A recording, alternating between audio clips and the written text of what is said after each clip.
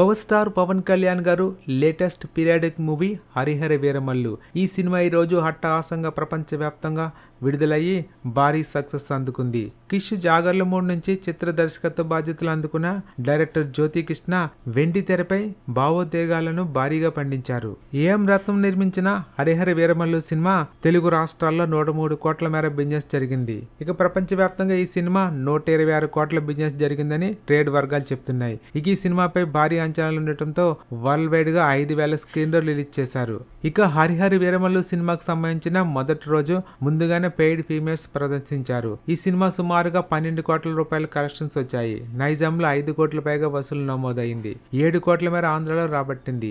Overseas లో premieres ద్వారా ఈ సినిమా $700K అంటే సుమారుగా భారతీయ కరెన్సీలో 6 కోట్ల పైగా కలెక్షన్స్ రాబట్టింది. దాంతో ఈ సినిమా 20 కోట్ల మేర ప్రీమియర్స్ ద్వారా వసూలు చేసింది. ఫీమేల్స్ తో కలిపి ఈ సినిమా వరల్డ్ వైడ్ గా తొలి రోజు 100 కోట్ల గ్రాస్ కలెక్షన్స్ రాబట్టే అవకాశం ఉందని ట్రేడ్ వర్గాలు అంచనా. చూడాలి సినిమా మొదటి రోజు ఎన్ని కోట్లు కలెక్ట్ చేస్తుందో.